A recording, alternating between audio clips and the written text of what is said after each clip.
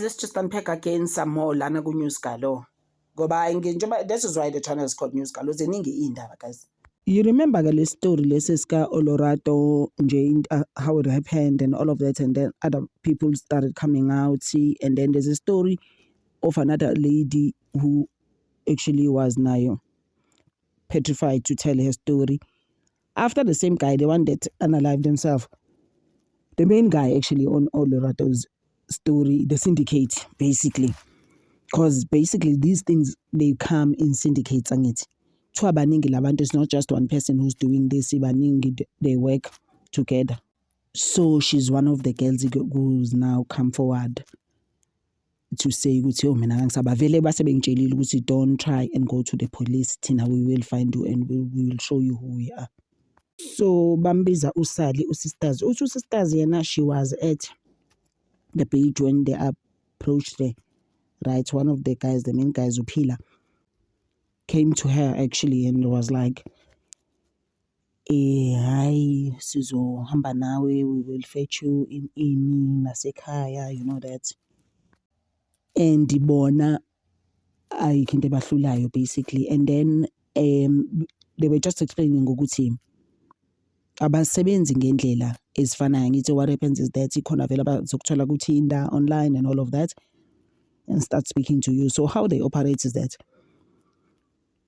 they will take you and then take your phone, move the money, obviously, you know, just like someone was saying, it was just unfortunate with Olorato, but mostly they were not necessarily unaliving people before, because there is some girl who said, one YouTuber actually said about 2 weeks ago that they took her to the bushes. They didn't really drangula her or anything like that, you know, but took her money, took everything from her. Wasala nje vele ingena next on those bushes, basically.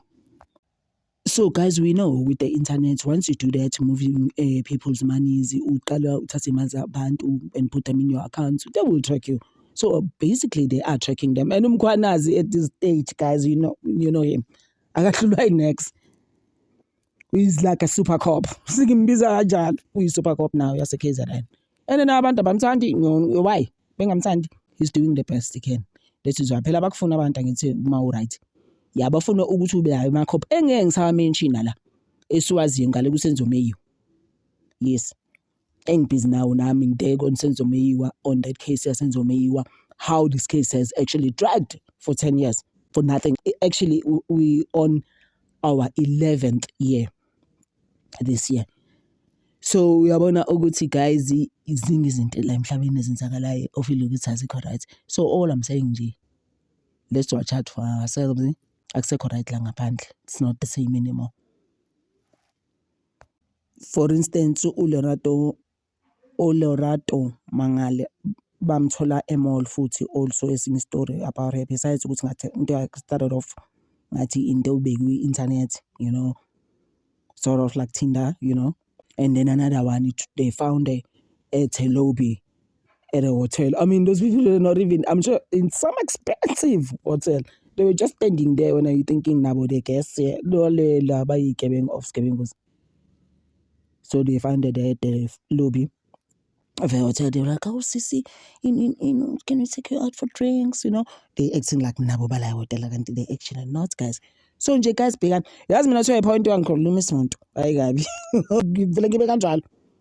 But don't necessarily speak to anyone. I was coming from KZN last week. Someone was greeting me at the airport at King Shaka. I was just like, I ran for my life. Like, I was just like, I'm going to start, hello, Sisi. And I'm like, bye.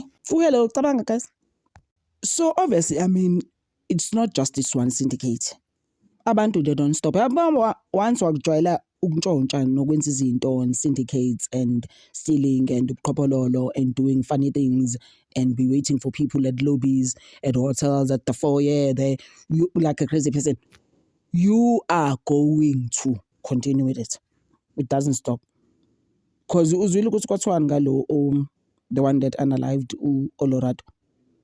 Kuthiwa kade mentshela ukuthi yekela lento lebethu uzoyenza, and I didn't mean to kill her. I didn't mean to unalive her. Who even does that to themselves?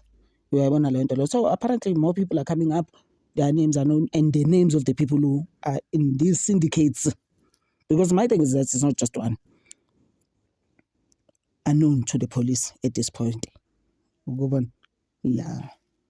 uBongani Mthimkhulu ke is at large right now, akaziwa, uyafuneka. Hey, kuthiwa ke loyo ke zine-big syndicate besebenza noPhila Ngenkosi. Ngamkhumbula ngithi uPhila Ngenkosi lo who unalived himself. No, actually he didn't unalive himself, he was shot by the police loyo. Yeah, ilo unalived Olorado. Hey, so nje kuthiwa maningi lama syndicates, it's not just one. This is why yabo nje finally you must watch out for yourself. Hayi into yokudlala. Actually there's another story futhi. Yasikhumbula lesi story lesi sa Captain uDlwengula trainees that come in at police force to come and train. Uyambona ukuthi ufeel ukuthi une-power, una-upper hand and upowerful. A whole Captain, guys.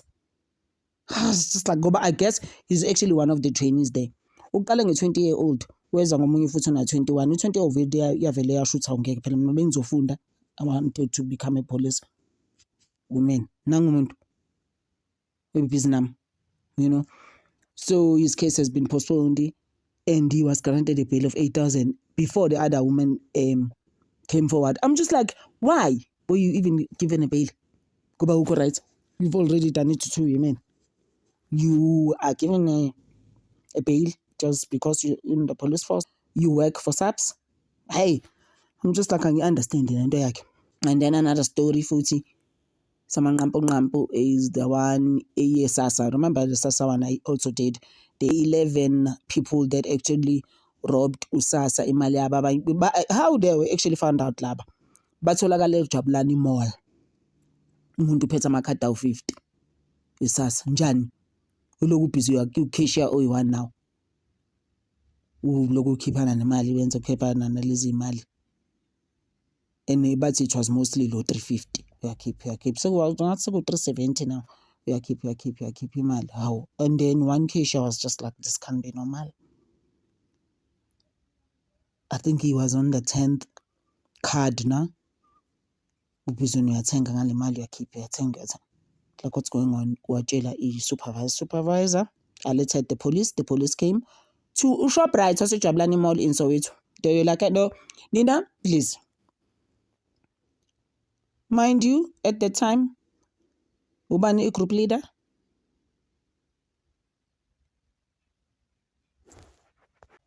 Group leader, Ethiopian National, uhlele emotweni balindile ngithi to buy the stuff and then come to the car and then sibona. Watholakala na ngazi na how many cards lo. 300 na. Sasa cards in the car. After one wabo lo ngaphakathi eShoprite said, I know it's our boss is outside. Bahamba bafika bathi buti siyakubamba nawe. 8 of them are actually SASSA employees. Guys, can you imagine? Yini na, it's greed nonganeli. You have a job, udlala ngawo nomsebenzi manje you're in jail for that. Ngubani nenhliziyo ende. Ifike enyaweni, my grandmother used to say that. Nenhliziyo ende. Ifika enyaweni. Why can't you just accept izinto uNkulunkulu akuphe zona and just be like, nami one day ngizoba right. Ufuna ukuwina ilotho like today. Overnight. Doesn't work like that. So ngisame lapho guys. Thank you so much for always watching my channel. Ngithanda over. Thank you.